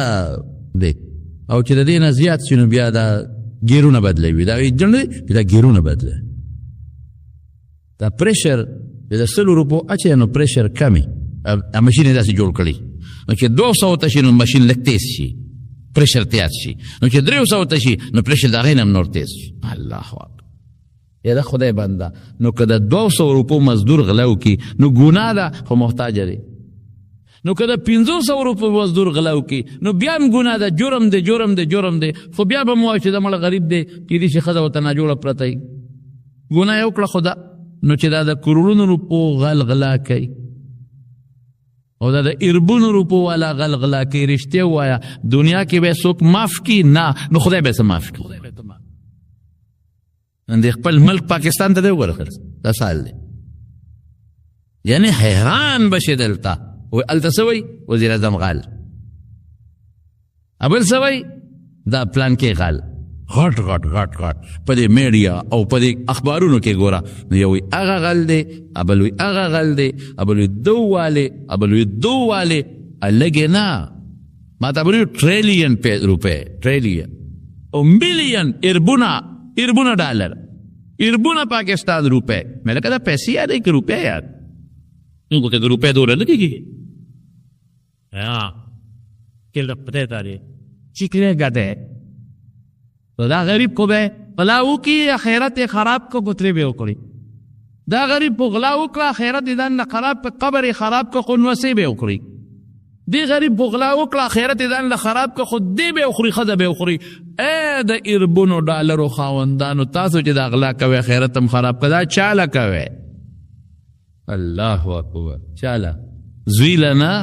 د زمانو شته نو سولنا د غیم شته کړه سولنا د غیم شته کودو لنا د غیم شته پردو لنا د غیم شته نو چاله کوي دا 1500 شوګر ملي چاله جوړه دا په لندن کې او دا په امریکا کې دا په فرانس کې اٹھلې اخلي دا چاله کې دا خدای ظالم په داشتري گزاره کېږي جمعات کې کېرو تسبیح واړو خدای یاد کا ذکر ہوتا بس ایک دا دومره غلا دا دومره ګن کپی دا ټولې صوبې پیسې خوړل د ټول مرکز پیسې خوړل او د ټولې خزانې پیسې خوړل ته څه پې کوې دا پیسې به خورې دا پیسه خو څوک خوري نه که نه چې په ډېټ کې واچي په قاشوغه خوري دا پیسه خو څوک ځان ته په ځمکه نه اچي چې په سملي که نه دا پیسه خو څوک په تولی کې نه اچي چې په سملي دا خو څوک بلستر کې نه اچي چې زه یې واغوندم که نه دا به بینک کې پرته وي نو بینک کې تا له څه فایده ته به ترې مړ شي بینک کې پاتې شوه ته به هم نه شمېرلی شي نو د زامنو مشته د نوسو مشته د کړوسو مشته د نوسو نو دا هغه چاله ګټي چې د به نه به دی وویني او نه به دی وویني هغې له ګټي نو اخرت خرابوي نو دا هوښیار دی که دا قمقای زم چې دونه دې شوه چې د زامنو دې برابر شوه ځکه چې دا زوی سړي ته نار ناست نو د پلار پې خفه کېږي چې دا نوسۍ مور ته نار ناست نو د نیکه پې خفه کېږي نو بس ته تسبیح راوله او جومات کې کښېنه خدای یاد کوه قرآن راوله ذکر وکړه بس ایکا دا خدای بنده بس ایکا دا با اللہ تپوس کی قیامت پر از وڑا خبره ندا من طول دنیا پس انخطی آخرتی ہے آخرت کے بمن خدای لسا جواب ورکا رب العالمین چی قرآن شریف کے فرمائی وما للظالمین من نصير دا ظالم اس قسمه چی ویم التمن را غلی نصویر نکره دا ظالم اس قسم امدادگری نشتا وما للظالمین من حمیم ولا شفیع یطاع مرگری نشتا دوست نشتا کنه مکوی گوری نه دی قبر کې څوک خلاصولی شي د الله نه د دې ظلم کې تا کوم ظلم کړی او نه دی قیامت کې خلاصولی حتی رسول الله مبارک فرمایي چې په دنیا کې ښکرور څاروي په بېښکرو باندې عمله کړې ده نو د قیامت په ورځ به الله حقه بېښکرو ته وایي راشه دا خپل انتقام دې واله نو څاروي به هم د یو بل نه بدلېلي هغه بېښکرو به راځي او هغه ښکرور به وایي او بدل به تلي الله به ورته وایي دا څاروي دا به حشر کېږي بیا به د خاورې جوړې شي نو ظلم خدای نه پرېږدي او چې چا کړی دی په دنیا کې انجام یې ګوره امیہ حضرت بلال د امیہ غلامو حضرت بلال او امیہ د مکې په کافرانو کې غټ کافرو او یو لوی سردارو او څونه ظلمونه به کول دا بلال رضی الله عنه غریب به بوته او په شګو به سنلو او په سینه به ولا ګدرنی تیږي کې خو دی د مکې ګرمي او بیا د غرمې ګرمي ډېر ګران کار دی وهه به ماشومانو له به ورکو چوکې به ورکوي وهه غریب به سوکاو نه رور شتا نه پلار شتا نه بچی شتا نه تربور شتا نه ماما شتا نه ترور خاون ته ایسې نشته د حبشې نه غریب راغلی او پر دې غلام دی برا گیر کو باغې کې هغه کې وي الله احد الله یکتا دی د خدای مثل نشته او راگیر بکو او بیوو دومره ظلم بکلی دی که داغی مثال نشتا حضرت ابو بکر صدیق پلارت او دن خلکو نخره جوړه کړی و مسخره او تماشت خلکو جوړه کړی و ځوانان او ماشومان په خطر اور پورې خاندي او د پچوکو په کوتکو په کانو په زمکو خپونه راکاږي ابو بکر هغه امیه وته ولاړ دی خاندي ورته الکه دا غلام خرڅه وي ته پس کې پد دی هټولم دغه احد چغي وای نه د کار دی نه د روزګار وی زی اخلم وی پسو خرڅه پدې وی والا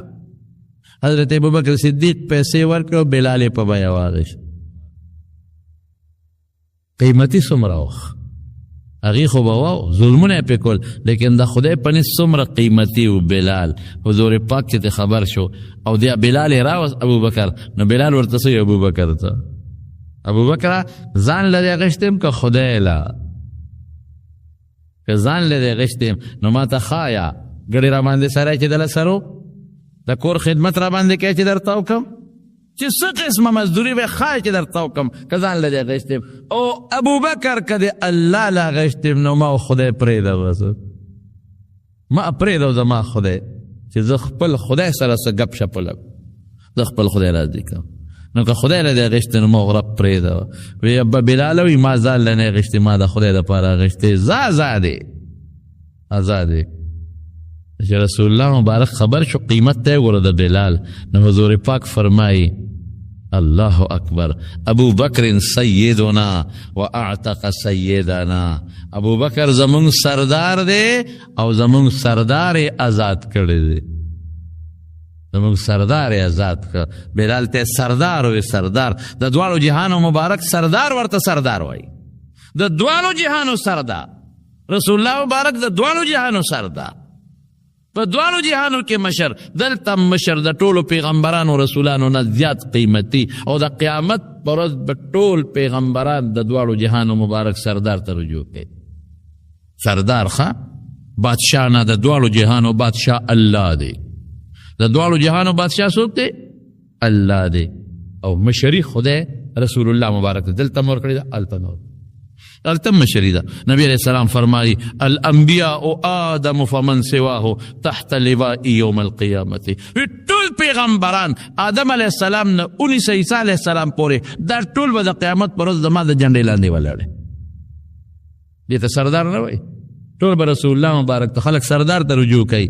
مال دا شیرا کمال دا شیرا دا ټول خلق په شفاعت کبرا کې نبی کریم صلی الله علیه وسلم ته رجوع کوي نو دا دوارو جهانو مشری الله رسول الله مبارک تا ورکلا او هغه وی زما سردار څوک دی حضرت بلال زمون سردار. اوس امیه ظلم کو الله ور سره څوک لر حضور پاک چې کله د مکې مکرمې نه مدینې شریفې ته تشریف یوړی، د دې مدینې د خلکو د مکې د خلکو یو بل سره د بازو خلکو دوستانې وي. ځکه دلته یو سړی اوسېږي یو پېښور کې یو بل سره دوستانې، نو هلته یو صحابي دی حضرت سعد رضی الله تعالی عنه، الصحابي دی اوس ایمان یې راوړه په نبي علیه السلام، د ده د دې امیه سره دوستانه وه. نو چې دا امیه د بلال دا سردار دا کافر دا ظالم دی چې به کلم په جاهلیت کې مدینې ته لاړ، نو سعد سره به دی رو، او چې سعد به کله مکې ته راغی نو د امیه سره به دی رو، دوستانه و، دواړه تاجرانو.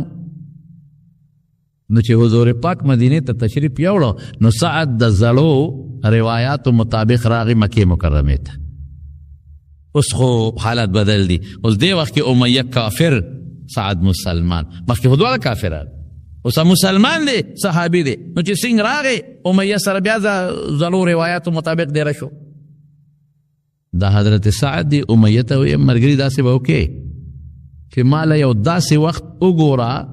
چې څوک پکې نه کې د بیت الله یو طواف و.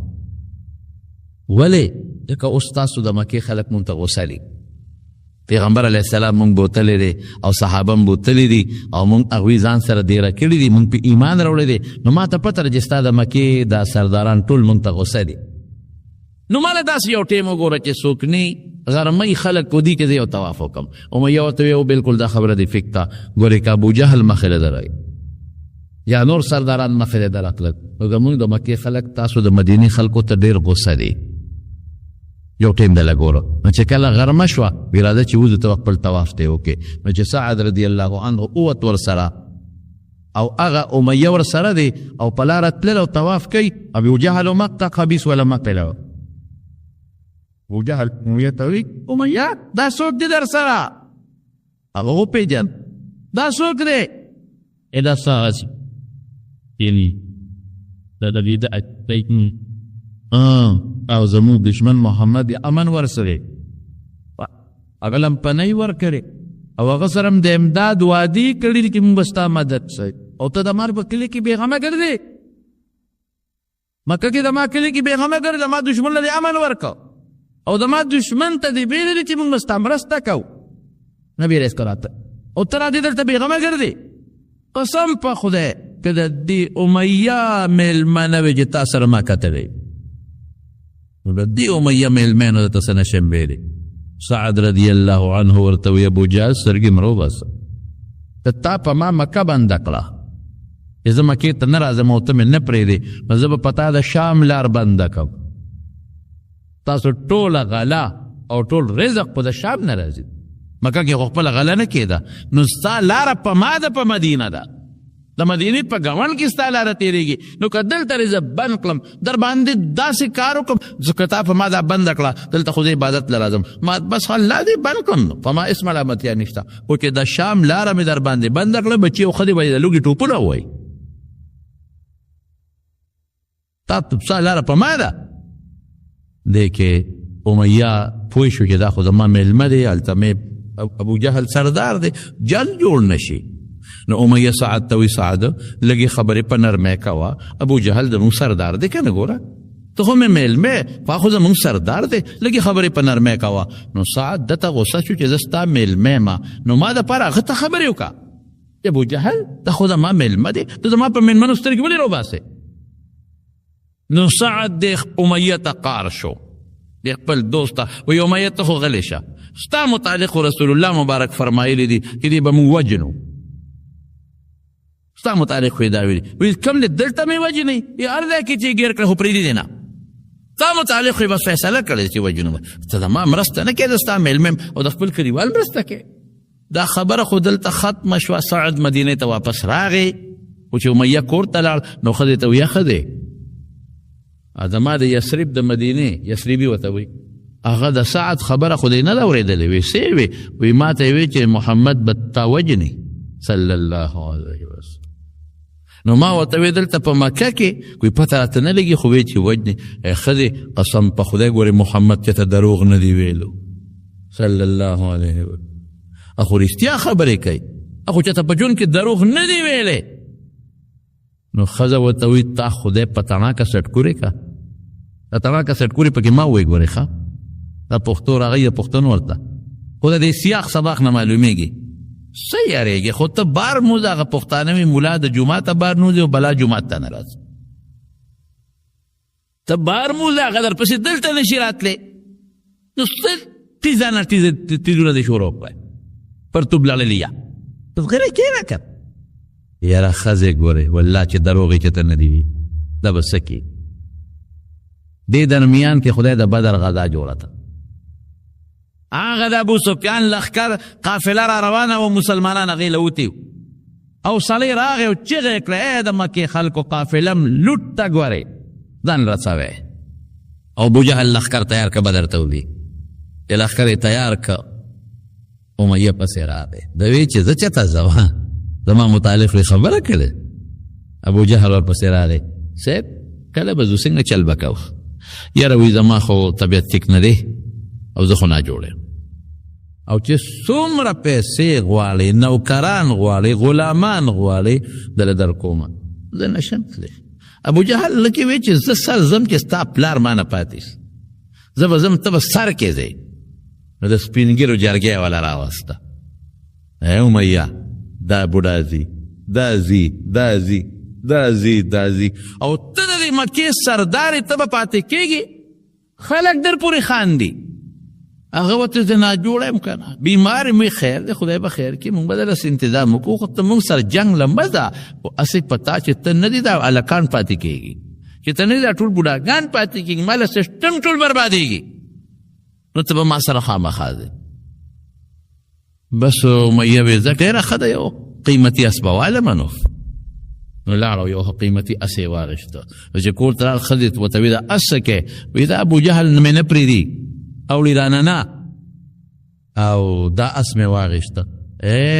وی هغه د مدینې یسریبي هغه ملګري چې درته خبره کړې یاده دې ده یاده دې ده ځې وی ښځې نه ځمه لږ غوندې ځمه واپس راځم دا اس مې دې له واغېست چې دا ډېر تیز رفتار دی خو چې یو ورځ نیمه مزل وکړم او دا خلک داسې وده موده شي خو راواړو را به تختم نه ځم ورسره لږ نږدې ځم دغه څو میله مزل کوم راځمه او که نه سړي دروازه به راته کوله وي غم مه کوه ابوجهل خو پوره شیطان و هغه همدقه پوه شوی و چې ده دا اس جنګ له نه دی اخیستی د تیښتې له اخیستې له دوی پرې راتښتي نو هغه د یو لسو دولسو هلکانو یو ډله جوړه کړه وی تاسو به د امیه څوکۍ کوئ دې د نه ونه تښتي دې به بدر ته رسو نو چې یو ځای ته قافله خو پیاده قافله و پوخانو نو یو ځای کې بلال دمه وی چې قافلې یو ځای ته ورسېده او هلته یې دمه کوله او خلک پوده شو نو امیه به ځان سره اس خوا کې تړو اوښ زه تېر وتم اس نه اوښ قیمتي اوښ به یې خوا کې ځان سره تړو دا خلک پوده شي په اوښ په واړو متخته د خلک پوده شو او دې څنګه راپاسې دغه هلکان ورته برامن ورته ته ته کېنولي څوکیداران ورته یې رامنډه کړې باباجي خیر دې څه مسله ده تاسو پورې څه مرده تاسو څه کوئ څه یې وده شئ نه نه مونږ خو تا لره لوکه څه لوټه پکاري لوټه پکاري سنجاله دی څه تکلیف یې تا خدمت ته دې وده شئ وده شئ نه نه نه وده کېږو مونږ تا خدمت ته ولاړ یو خوب نه راځي به دې خو پېښ و چې دلته خو یې فندو نه که هغه هلکان کوبي زه بل ځای کې به راوتښتم د قافله څه منځې لاړه بل ځای کې شپه پرې راله هلته کې دمه کوله ځان ته یې اوښ خوا کې سملولی دی پاسې ته یې چې را پاسې دغه هلکانو را منډه کړې کاکاجي ولې څه چل دی خوب نه درځي هی تاسو خدای بې خوباس څه یې وده چې په ما څه کوې نه وده چې نه نه مونږ خو خوب نه راځي که نه ته ستا غم دی را سر چې کاکاجي ته چې ته د اوبو ضرورتي چې د ډوډۍ ضرورتي هلته یې خوندو نه کوي بل ځل آخره کې بدر ته ورسو چې بدر ته څنګه ورسو او جنگ جوړ شو که نه جنگ او جګړه جوړه شوه نو د دې امیه یو بل ملګری و عبدالرحمن ابن عوف هغه سره هم دوستانه وه عبدالرحمن ابن عوف رضی الله عنه سره دوستانه وه نږدې دوستانه وه نو عبدالرحمن ولیده ای عبدالرحمنه بچ مې کا صحابه ورپسې و د پسې اوس دی اوس په خپل څاروي سور دی او صحابه ورپسې دي. عبدالرحمن بچ مې کا وی ما پسې راځه چې پیغمبر علیه السلام له دې بوزم چې یو ځل مې غله ورسولې نو بیا راته څوک څه نشي ویلی او دا خو د جنګ میدان دی دلته خو نه پرېږدي. نو دې شاته ځان پسې زوی سور کړی او دواړه په څاروي سوارو. یاره چې بلال ولیده بلال صحیح که هغه د خو یې پړسولی و هغه په وجود باندې خو یې داغونه جوړ کړي و بس هغه غونډی توخ او تو چغې کړی لا نجوتو ان نجا امیه. ای خلکه ګورې که دغه امیه د نن بچ شو که نه بس زه مړ کېږم رمې چوي بیا ظلم کوي اله به زما زړه صبر شي چې دا ظالم مړ کړی. وی کوم دی وی هغه دی. بس صحابه ورپسې شو صحابه ورپسې شو دی په منډه د عبدالرحمن ته وی څه وسه وکړمه وی راځه راپسې وی راورسېدل. نو دا چلی وکړه چې خپې شاته تاو کړه او زوی له لته ورکړه زوی شاته وغورځه. یا سړي په سر راشي که بوډی به وی زوی ته بچې وی ما د خدای مړه کي خو تا د خدای جوړ کي. زوی چې و ناجوړو ما د خدای مړه کي خو تا د خدای جوړ کي. نو ملک الموت راغی بوډی پسې وی بوډی وی ته څوک یې وی زه د مرګ فرشته یم که نه تا پسې رالم. وی روغ ورندور پېژنې که نه روغ ورندور پېژنې که نه وی تا چې اوسه پورې په قرار کې نه ګپ او شپ پېژنې او که نه پېژنې ګپ مې لګاو. نو دا چا په سر نه راغلی چې په سر راشي که نه نو بیا قصه ګرانه ده. نو زوی له لته ورکړه شاته یې وغورځو. یو خو دا چې زما دا څاروي به سپک شي نو منډه به ووایي بچ پچم او بل دا مسلمانان به زما په زوی شي نو زه به ترې بچ شم. او صحابه چې زوی له راورسېدل بس هغه له خو یو ټس ورکړه مردار کړه ده پسې بیا شو. ای عبدالرحمن رالل سړي وی استه اوښ نه ټوپ کا د اوښ نه ټوپ کړی چې ټوپ یې کړی عبدالرحمن ابن عوف رضی الله عنه ورغ ځان یې پې ور واچو. صحابه عبدالرحمن پاسه دې نه پرېږدو وی ګوره دې له ما امن ورکه او دې د پیغمبر علیه السلام له بوځم وی په ارام کښېن. دا ده خو حضرت بلال سره لږ ظلمونه کړي دي د بلال خو تباهي کړی دی ظالم نخرې یې پې کړي دي او زمونږ ګوتو له خدای راوستو. بس عبدالرحمن ابن عوف نه ته پې له پاسه پروت یم غږ به نه کوې بس خو دې ډېر غټ و دا امیه ډېر بې شی و سوټه غټ سانډه و غټ ډېر مضبوط. صحابه وی چې شیخ غټ ته په اسانه وجلی کی بس صحابه توره راواغې تر لاندې نو په دا خېټه کې ولا داسې وواله په دا توره په خېټه د عبدالرحمن ابن عوف غریب پام پکې زخمي شوه. نو چې بیا کله مړي جنگ ختم شو یا کافران مردار شو نو رسول الله مبارک او فرمایل یو شال کیو قلیب بدر یو شال کیو په بدر کې وی دا مړي ټول هغې کې وغورځوي. نو دا ټول مړي یوړل او په کوي کې ورغورځول. نو دا امیه په میدان پروتو نو چې دی بیا راښکنو لاس به تې ورته پړسېدلی و څښا شوی و چې خپې نه بیا نیوه خپه به تې ورته اندام یې رجېدلی و څښا شوی و. نو حضور پاک ته چا وی دی بلا سره څوک و یو همدقل ته پېښورې د پاسه ور واچوي. نو په میدان یې پېښورې ور واچولې او په ځای یې پرېښول.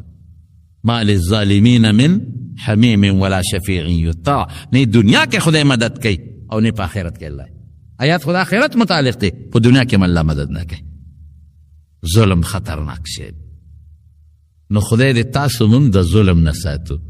ظلم به نه کوو ظلم تیری دی د قیامت پر ورځ. انسان خو څه کې رسول الله مبارک فرمایي وی قیامت راته الله وښو او په قیامت کې مې دوزخ ولیده او په دوزخ کې مې یو ښځه ولیده چې پیشو پې چکونه لګول. پیشو نو ما تپوس وکړه چې دا پیشو پې ولې چکونه لګي وی دې ښځې پیشو ساتلې وه او تړلې وه نه خوراک ورکه او نه پرېښوده چې ځان له خپله څه ښکار مارو کړي. نو اقا پیشو پکې الله راونیول او دوزخ ته یې ورغورځول او په دوزخ کې پی پیشو لګیا د چکونه لګی. رسول الله مبارک فرمایي په څاروو حیواناتو باندې ولې ظلم نه کوي او زیاتې به نه کوي. بې ځایه به په چا ظلم نه کوي. په انسان خو څه کوي په حیوان به هم نه کوي. او که ته وایې چې مړه زه خو زه یم ما نه څوک تپوس کولی شي بېشک تا نه به په دنیا کې څوک تپوس ونه کړي لیکن خدای ده نه کولی شي. دنیا کې هم نه کولی شي په قبر کې هم نه کولی شي په ځنکدن کې هم نه کولی شي او په آخرت کې هم نه کولی شي. زمارونو نه به چا سره ذاتي بد کوي نه به د چا مال ته نقصان رسوي نه به د چا عزت ته نقصان رسوي نه به د چا بچو ته نقصان رسوي. په خبره پوهېږې که نه او چې کم زمیدار سره دی هغه خپل کوشش کوي چې هغه دا مال چې د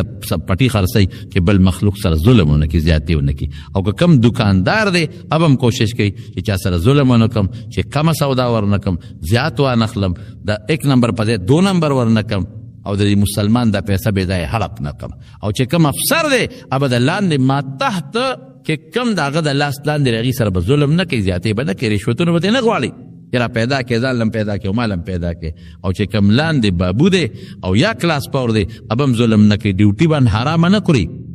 هغه به هم زیاتې نه کوي د خپل افسر به مني خبره د هغه تابعداري به کوي او هغه سره به ښه ژوند تېروي او دا دواړه به وخت هم نه ضایع کوي چې کم ټیم ستا د نوکرۍ د ته پې تنخوا اخلي پوره ډیوټي به کوې په هغه ټیم کې زیاتې به نه کوې دا ټول کدی کې تا مخکې وروسته وکړل دې ته ظلم ویلې کېږي زیاتې ورته ویلې کېږي الله خفه کېږي کائنات خفه کېږي او په دې باندې الله په مخلوق پورې په دنیا کې مذاب رالیږي رب العالمین دې موږ د ظلم نه وساتي الله که زمونږ د لاس نه زمونږ د خولې نه زمونږ د خپو نه اندامونو نه که چېرته مخلوق ته ضرر رسېدلي نو خدای مونږ کمزور یو خدای مونږ هم وبخي هغې هم وبخي